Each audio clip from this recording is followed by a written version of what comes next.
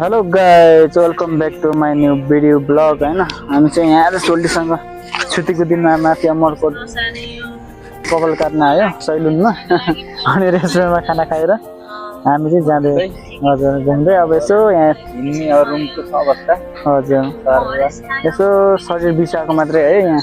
त्यसपछि अब अलिकति रेस्ट गरेर हामी जानेछौँ।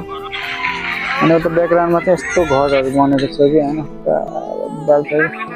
अघि लास्टै घाम लगाइरहेको थियो, अहिले चाहिँ घाम अलिक कम भइरहेको छ। त्यहाँदेखि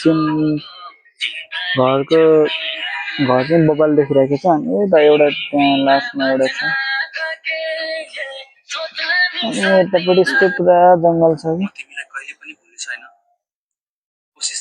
सोल्टी चाहिँ पुरा स्याडमा टिकटक हेर्दै हुनुहुन्छ होइन।